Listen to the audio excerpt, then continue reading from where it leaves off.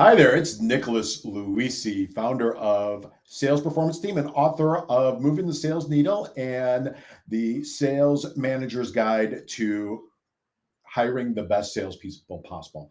The best advice I ever got was for my lovely grandmother, and it was control the cash register. Control the cash register in your business, and you will never, ever worry in life. Wow, control the cash register. That's interesting advice. Does that mean take it home with you every night, bury it under the pillow? I mean, what does that mean, Nick? She never take your eye off the money. Never take your Oh, eye off the money. So she was entrepreneurial, right? My grandparents on both sides were very entrepreneurial. All my aunts and uncles were very entrepreneurial. My father and mother were more corporate, right? America. My mom was a teacher, but my grandmother, she had multiple business lines, owned 6 flats, you name it. Always control the money. Always keep your eye on the money. Always manage it. From my favorite uncle in the world, who I was going to go into his business, and then he was kind enough to sell it for multi millions before I was able to go into it. Was learn how to sell, right? So always learn how to sell, and he just always talked to me about sales and salesmanship. So I owe both of them gratitude for many things, right? Many of the things they gave us, but mostly that wise sage advice. wow. That's interesting. So how young or old were you when you got that advice? I mean, did they tell you that like first thing? Like Nick is Yeah. 6 years old, or what did that how did it work? You hit the nail on the head. I was 6 with my grandmother, 5 or 6. So because we lived in a 6 flat, my parents and I lived on the first floor. She was on the second floor. I would go to kindergarten. Right back in the day, it was half day. Now I think kids go to full day or so. Then I would come home. Well, in the afternoon, commerce was happening in her apartment. Right, people would come pay their rents. The business owners that she had invested in. The first floor also had a store, so we would go down to the store and work the store. My grandfather had a number of different businesses. And it was they were Italian, not Italian immigrants, but they were Italian, right? So a lot of stuff happened around the dinner table, around the coffee table, around in the kitchen, and I just learned, and you learn by osmosis. So it was 5 and 6 that I learned that with my grandmother. Long story short, she came when she was getting older. She came over for one Thanksgiving and then never left. Right, so she lived in our house with us after a Thanksgiving meal. So that was interesting because she took over the family room. And then my uncle, I was with them all the time. And many times I would go out on sales calls with him. So I think he thought it was cute. His clients thought it was cute that I was dressed in a little suit and driving along with him. And I would learn. Back in the day, it was the Cadillac and the Lincoln. That's what all the sales guys drove. Nowadays, it's an Oh yeah. SUV of some kind. But it was just osmosis by learning, and that I was blessed, right? And I still count to this day those phenomenal conversations. Wow.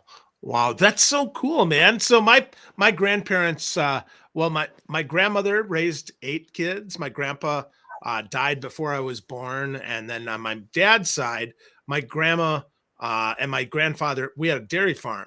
So it Okay. was very different. They taught me the value of hard work, but I wish that they taught me how to sell, because I would have sold the farm on them, and then we'd have all been happy, much like your wonderful uncle. So that's kind of cool, man. You laugh. I know hard work. My grandfather on my dad's side, they owned a produce business. So he and all the uncles, Oh yeah. some uncles were in the produce business. Worst business in the world, right? Worst, because as soon as you pull away from the dock, your inventory is spoiling. You got to move it to this day. It's such a bad business that my dad went into the army during the middle of Vietnam War just to get out of being in that business. Well, Wow. That's amazing. That's yeah, so interesting. So, wow. So you learned early on at sales how to yeah. do sales. And I think that's super valuable. So, other than the family businesses, what was your Mhm. first sales job, Nick? Yeah, so I went after I graduated from college. I got at the time a management training program, which I don't think they do a lot anymore, where you kind of went through every department. And Yep. in this organization, I said, okay, great, but I want sales, right? So when I get done, I'm going to go into the sales department. It was sales back then; it wasn't fancy business development or anything of that nature. And so when I finished, they said, okay, well, here's your assignment. I said, well, it's not in sales. And they say, you got to be in your 30s, kid, right, before you could sell for us, or just calling on a more established buyer. You could be a sales junior, triple sales assistant, where in essence, you're just typing up memos. I said, okay, not a problem. So I, took that job, and then I just went and networked. And so the first sales job I got was, at the time, I went and sold what I thought was going to be the hardest thing in the world to learn how to sell. And it was financial services, right? So I sold stocks, bonds, mutual funds, insurance, you name it, we sold it. And so I just kind of, didn't know any better, made 100 dials in the morning and 100 dials in the afternoon, called out of the manufacturer's guide. If people know what that was, in the old days, you bought the subscription to it, called on the out of the white pages, called out of D&B listings, and just, pounded the phone, and grew up. The first CRM I ever used, Phil, was the one card system. So that's aging me, right? So whenever that Northwestern Mutual. yeah, Yeah. absolutely. That's Absolutely. The funny. famous one card system. I was at Mass Mutual, right? And then went Yep, over to another sure. financial services company, and just, didn't know any better. So I just followed the processes that they taught me, followed the scripts, went out and met with people, made the dials. And, you used to see it, and you came from that. So, a lot of big talkers, in the cubicles, but they could never talk on the phone. They could just talk to each other, right? Nobody would pick up the phone. And I didn't know any better, so I just picked up the phone and dialed. They said, and it was fun, and I learned, and that discipline, just to this day still is within me, and I try to instill that in sales teams, that I work with, and sales leaders, to kind of teach their salespeople. And it's interesting to see kind of, I think, what's happening to the role of sales along the way. But that's for different conversations. I know you had the phenomenal author and businessman Anthony Iannarino on. He and I talked a lot about the fact that salespeople just don't want to pick up the phone anymore. Don't want to do the prospecting. Don't want to do that hard work. Which it's all we knew. You and I came up through in that rank. All we knew. And when I started, kind of worked in, sold for corporate America or big companies or small companies, then had the opportunity to start my own, I didn't know any better, right? I just had a legal pad, bought a bunch of lists, right? And just started pounding the phone, and created an offer that the marketplace liked, right? And accepted and paid for profitably. But that you just know what you know, and you just do what you do. And, send out direct mail letters, called back in the day, email blast, still was able to get a lot of email through, called when you saw that people opened it. And, my goal every day was, 100 touches of some way, shape, or form on prospects as well as new business. And, I think, that's just a way to build a book, and you just keep on building the book. Yeah. Wow. Yeah, I remember those days. 100 touches a day was a lot. And so did you sell door to door at all? Did you do the I would Zigzag do thing? door pulls. Yeah, I did door pulls. I knock. If when I did I didn't really do a lot of kitchen table in the day, Okay. right? I did a lot of businesses because it was just, Yep. I found it was easier to get into. You could have the For sure. conversation. I immediately bonded with them because of my family, and we owned entrepreneurship. And you could get in by, everybody at that time wanted to talk about driving their health insurance down, right? So that was, or they wanted to set up a 401k or something like that. So you had levers that you could pull. And so then when I finished with that one sales call or that one sale, it was usually in a, in the old, in a sales environment, in a business environment. So I just knocked on doors, right? And just say, hey, Nicholas, just introduce myself. I'm not expecting to talk to the person that owns the place or makes the decisions. I was just at XYZ company. Could still do the pitch in my, my sleep. Was just at XYZ company. We're doing a lot of great things with them. Thought you may be interested. If I could just get the business card or an envelope and the name of the person that I should connect with, that'd be great. Knew to go later in the day because many times the gatekeepers would be gone, right? So 4 o'clock, 5 o'clock, we just stop in. Made a lot of sales, right? Standing up, right? Just kept building the relationship face to face. When I had my own agency, so I had a direct response agency from 2006 to 2012. I pulled doors left and right, and I taught my sales team to pull doors, right? Hey, I was just doing some work with XYZ company. Thought I'd just stop by. Here's some samples of our work. I'm not expecting to connect with the person that's in charge. Would love to know who they are. That's all I want. And what's the best way to get a hold of them? It's easy to say no on the phone and hang up. It's easy to hit delete. It's easy to click out of LinkedIn. It's tough when you're face to face with people. It is tough. Absolutely. Absolutely. Well, early social media, before there was social media, right? Finding things in common, finding Right? places in common, doing those name drops, doing all of that. I mean, it's no different now, except it's completely different now because to your point, people are often afraid. So I know that you coach sales performance teams. I know that's your jam here. So give me a tip or two here before we move into the topic du jour of how to not suck at hiring sales reps about how you help them overcome that reluctance. Is it innate, or do you fire them, or do you fire them up, or what are you doing, Nick? Yes, yes, and yes, I think, Phil. I think some of it's innate. Some of it is, listen, um, there's, we are hiring a sales guy for somebody for one of my teams. And I'm like, you just didn't feel it, right? So sometimes your gut is wrong. It just goes to what we're going to talk about a little bit. Your gut is wrong. And he was coming in through a recruiter. The recruiter said, you got to just hire this kid. You got to meet him. The kid would pound out 100 dials, 100 to 150 dials. Blew production away everybody else, right? So therefore, because his production was so high, it was his results were 8 times higher, 4 times higher, depending on the month of everybody else. And so I think a lot of it is innate. One is you look for do they have that internal fortitude? Because a lot of people say they want to do stuff and want to get into sales, and a lot of them think they can, but have they proven that they could do that? And do you think that they have it? And we do some talk about doing some testing for that too.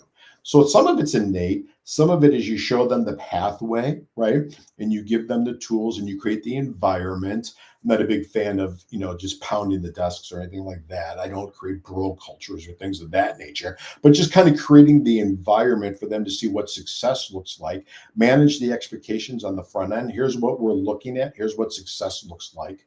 And then you have to have a kind of a quick cord, right? If they're not doing it, you're going to fool yourself, right? So just pull that cord quickly. It's better on them and it's better on you. And really, if you're a business owner, it's better on your pocketbook, right? It's better on your bottom line.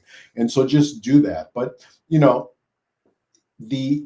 if others are doing it in the sales team and they won't, well, then you got an outlier, right? And so then you got to have the crucial conversation with them and say, kind of what's going on. It looks like you're afraid of the phone. Is that something, or it looks like you're not just doing the outbound work that has to happen. Am I missing something? Are you doing it and I'm just not noticing it? Or is it not getting registered in the CRM? Or is it not getting registered by the phone system, or whatever that is? And then usually after a while, the second time you have that conversation within a day or two, they'll start either telling you, it's just not for me, or I don't want to do it, or, I'm doing it and I don't know why it's just not showing up. And so then you look, is there a glitch, or are you lying to me? Yeah. So, wow. And you grew up in the business, and we talk to folks all the time. And I do worry, are we creating a class of salespeople that just don't know how to prospect for themselves because of the BDRs that we've created and the amount of outbound marketing that then has inbound, calls coming in. I would be interested to see when you and I sit down 10 years from now, 20 years from now, and see what the world of sales looks like. What does that look like, right? And there's different methodologies, like you said. There's different methodologies. You teach a lot of people the great work you do, on how to really get through, especially managing the social media, and social selling, whatever that, what's the right way to do that, but utilize it, right? And I think you got to use everything in your arsenal, right? It's not just one methodology. It is the totality of everything. If you recall, I said 100 touches. It didn't say it had to be 100 dials, right? It's 100 touches. And I don't care what those touches are. Now, what I find is if everybody's sending emails, and emails are getting tougher, and you do a lot of good work with the people, teaching people try to get, multi-step it, multi-cut, because it's going to be tougher and tougher to get emails in. LinkedIn inboxes are messy, right? And they're not done well. They don't follow what you teach. So now you got to say, okay, how can I get to them? Well, I got to get to them on the phone, right? And I got to get to them if direct mail is the right way to do it, and then follow up. But it's just the totality of it, right? It's not the one hit of the hammer that breaks the rock. It's the 50,000th hammer hit that you just got to keep on doing. Definitely. I think that's a really important point, is that every tool is valuable, but we need to find the one that is the strongest, hitting the weakest point, right? I mean, that's the whole miss here, because if nobody is answering the phone, well, then don't call. If Right. nobody is answering your email, then stop emailing. I mean, that's the big miss. I mean, there's so many, because I think there's two pieces, and I absolutely think you're right, Nick, that we're going to see a different class of folks. We see folks that are good at a step in the process. Seldom do we see the full stack, because it's different. I mean, I'll tell you, I'm not nearly as good at prospecting as I used to be. I mean, when it was just phone, I could bang through 150 or 200 calls. I could do that in 8 to 10 hours. Now, I just don't have it. I can't do that, but I can, to your point, I can still hit 80 to 100 touches, because Right. I can rip through 20 LinkedIn touches. I can rip through 20 emails. I can rip through 20 calls. I can send 15 or 20 videos. I mean, now we've got that. I don't think the CRMs have caught up with us, though, because they don't count all the comments and things like that. I mean, that's the value. It's not just about, hi, Nick, you want to meet with me? The Yeah. value is often in the comment. Nick, I see that, you posted something valuable, and while I could look like a shark and send you a private message, I think the public display of affection there of, wow, Nick, that was really insightful. I hadn't considered that. Have you thought about this?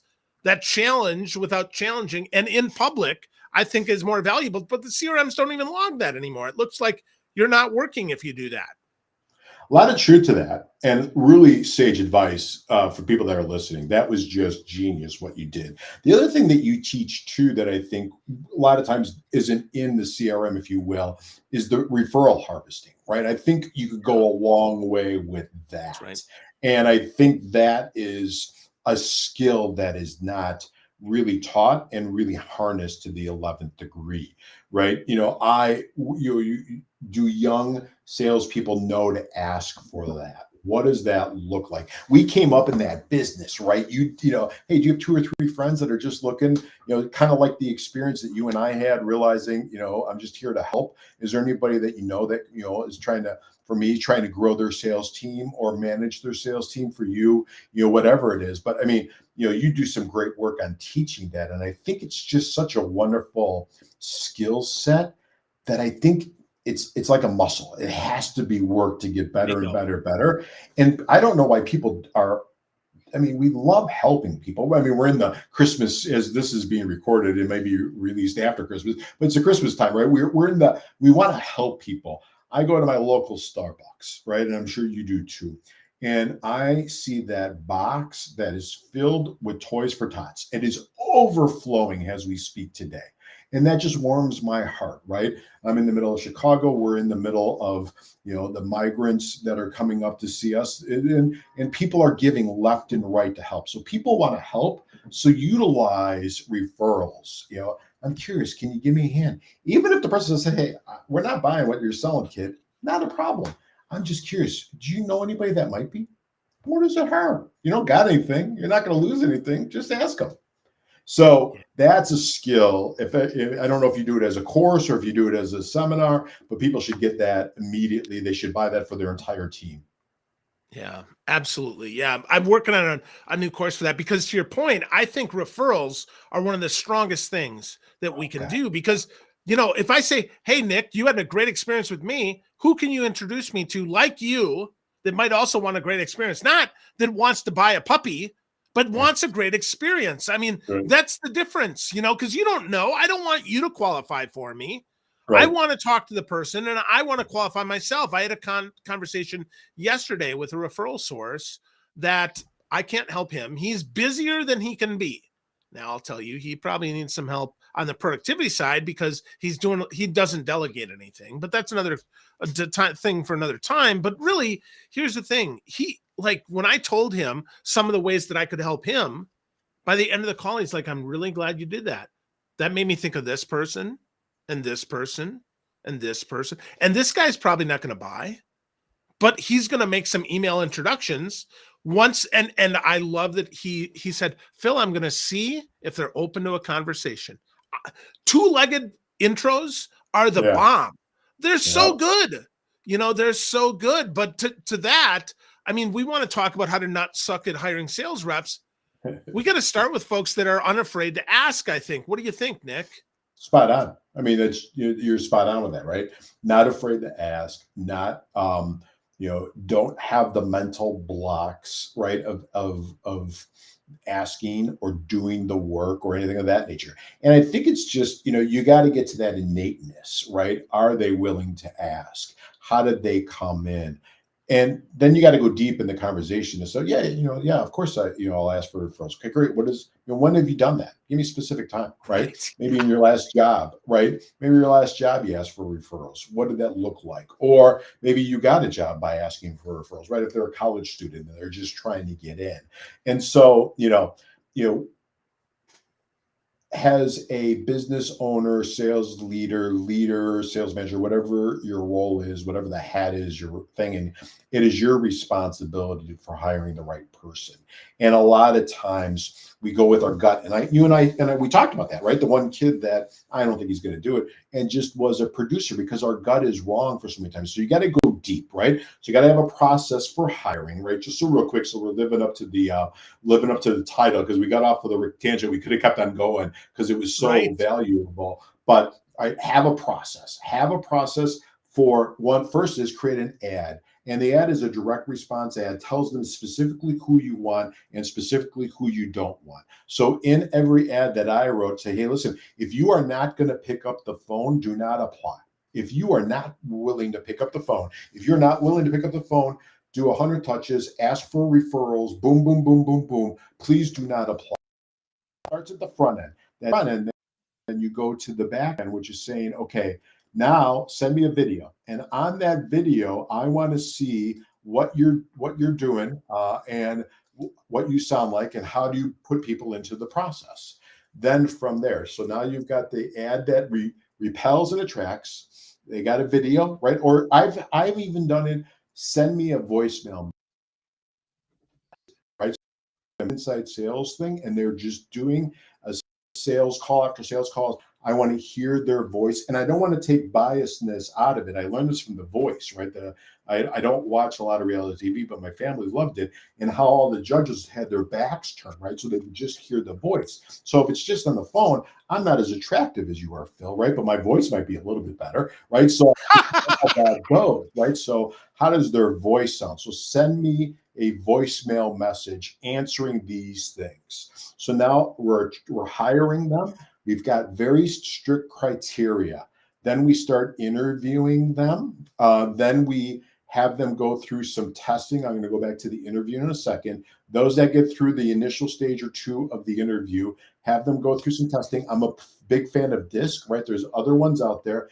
DISC, TTI, Sales Success. I'm part of a large organization of about 90 other guys that do what I do. And we've created benchmarks like of Hunter or Inside Sales or account executives, run them up against the benchmark. So now we know, one is if we bring them on and they're slightly below different sections, we know how to coach them up for success, right? So now we put them through a sales process. The sales process, screening, right? Everybody, good questions, thoughtful questions, going deep on that, then put a pause. I want to see how their follow-up is, right? If it's a very aggressive hiring sales environment, you may have to speed it up a little bit. Right now, you could take a little bit of time. I want to see how their follow-up process is. Then I put them through a mock sales interview, right? A mock sales interview. Tell me something that you haven't sold. Push back on objections. What does their opening sound like? How do they reach out for the sale? So I want to go from soup to nuts on that sales process. Then I bring them in, and we could do this for our clients, and I have people on my team. We then say, have another salesperson interview them. I had a young, really good salesperson. He had a line, a gun knows a gun. It's from a Western, right? A gun knows a gun. Salesperson knows a salesperson. You truly don't do for somebody on your team because you're going to get biasness, right? Might have your best salesperson that wants to still be the best salesperson. And so, not saying that they would do this, but people are people, right? So you have an outside third party salesperson, somebody somebody like you for your clients. Get on the phone and just interview the person and just say, yep, this guy's got it. X factor. This gal's got it. X factor, or no, forget it, right? Then make the offer. And then clearly define what the roles and the expectation and the production looks like and how they make their money and how they get their bonuses. We call it what winning looks like. So it's a really one-page script, right? Of here's everything that you need to do to be successful. And then you got to coach them up, right? So now you got them in. They know how to be successful. You onboard them successfully. And then you just got to coach them up and train them. I did that quick. If you got questions, I'll take. No, I think that's a great. Yeah, let's bust that down a little bit because I think that's really good. But first, I just want to say that's a very thorough process, and I appreciate that because a lot of times, here's the hiring process that I've even been part of. We hire, you watch some videos, you do maybe a little bit of role play, and oh look, it's been 3 days. Get on the phones. Yeah. And then there's no conversation, no coaching. Onboarding is non-existent. And then, hey, by the way, you're not holding up your snuff, or holy cow, you're really good. Congratulations. I'm like, really? Thanks. You never told me what the what the metrics even were, what you're looking for. So I'm glad you're happy. And then at 6 months, you're like, what the hell's next? Right? I don't even know how I'm doing. So I love that you're so thorough. You got a lot of stuff there. I want to unpack though. So, because I took some notes there. Your process focus. First thing, I want to be clear. Friends, if you're listening to this and you're thinking, how do I start? Develop a process. Yeah. You don't have to be as complex as Nick. You don't have to be as complex as me, but you have to have a process and then follow it every time. Second thing here is, I love that you run them through, and you didn't get to this till step 6, and that is walking them through the mock sales process, making sure that they can follow up. I think it's so important because not everybody is going to follow your process, and you want to find somebody who will, because if they won't in the interview, they sure as hell won't when they're on the phones, when they're actually doing the job. Is that what you find as well, Nick? 100%. How they come in is how they will be. And we used to joke. I had a partner in one business, and we were sales driven, right? So we had a big sales floor, but he came in through the restaurant industry. He said, "Listen, because what I learned is 90 days. If they're going to go off the wagon, they're going to go off the wagon in 90 days, right? They're going to show you their true colors. So how they come in is you got to focus them, you got to manage them. But it is I even show them. Here's my sales process, right? Here's what it looks like. Can you do this? Here's everything along the way, and don't just tell me yes, because it doesn't work, right? Listen, I think the biggest opportunity cost in business is the cost of lost sales, right? A lot of people say it's the bad sales hire. Yeah, obviously, but it's really the lost sales along the way that you didn't get. Deals that could have been won, lifetime value of customers that you never attained, total value of referrals, right? All that business that happens from that one customer you never get because you were just too lazy on the process. Yeah, right on. Good stuff. So I'm going to back up to one more, and then we'll talk about this a little more. And that is the video or the voicemail. I really think first that shows that they can write a script, though with ChatGPT now, it's much easier than it's been, right? Which is okay. But really, a good sales rep should be prepared. Mm-hmm. They should be practiced, and then they should perform. Because the sales call, I believe, is a performance, right? I want you to perform. This is your performance. Now, that being said, Broadway closes as a salesperson every 90 seconds sometimes. You left a voicemail, you talked to a person, they hung up, and now showtime again. So how do you feel about that, Nick? Do you think I've got anything there, or do you think that's off base? No, you're spot on. I think some of the best hires I ever had in sales, one is I used to only look for athletes, but then I started hiring actors and actresses. One is they're used to scripts. They could turn it on and off. They're used to rejection. All right, because they're going to hear no a lot more, and they're used to, especially if they come from an improv environment, they're used to playing off yes and okay, and they kind of go through it. So absolutely, you're spot on where it is about sales. You want somebody. I listen. If they're on phones, I want them on headsets. I want them walking around. I want that energy, right? Just because the performance is the totality of everything, right? I'm sitting down talking to you. I got to make sure I got a lot of energy, because I want to make sure that I provide that and get people excited about what I'm talking about. And you have to do that. So yeah, absolutely. And like you said, 90 seconds, the curtain goes down. They got to, if it was bad, they got to kind of close that out of themselves, brush it off, and go on to the next one. Right. And a lot of that comes from, that's the reason why I like athletes too, is the grit and the determination, but they're used to a bad play, and they can't let that bad play affect the next play. They got, next is the most important thing. And the same thing with people that come from the theater. Yeah. Well as they understand a little bit more of the game within the game. 100%. I think that's also important, because it's not just about the big thing. I mean, I look at the board, I'm like, okay, well, I just closed a $100,000 deal. That's nice. But how the hell did you get there, man? Yeah. Like, how did you get there? That's often the key here. And I fail at that sometimes. I forget that it's about the process. So I love that. I love folks that get that. I agree. I think salespeople, actors, actresses, a lot of times speakers who sell for themselves as well. Folks who actually do the sales, not people that just outsource sales, I think are good people for hiring. Oh yeah. And I want them so embedded in the process that I wake them up at 3:00 in the morning and they can start from, boom, exactly where they need to go. And I think that's critical, right? So anybody that's been part of a Broadway show, you could wake them up. Okay, throw me the line. Now I'm going to respond to that line. And I think that is it. And I think they understand the totality of it, right? And what do you do for that?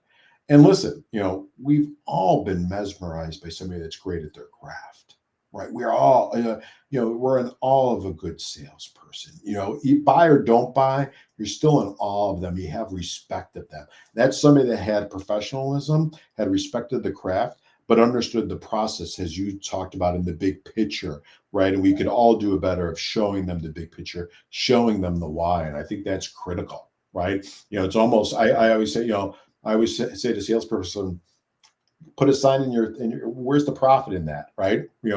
Like, where's the activity and the profit in your activity and everything that you do? But I'm also going to have them add, what's the big picture? Because I think they should see that, right? What's the big picture for themselves and their livelihood and their families, and to be able to financially support and emotionally support their families?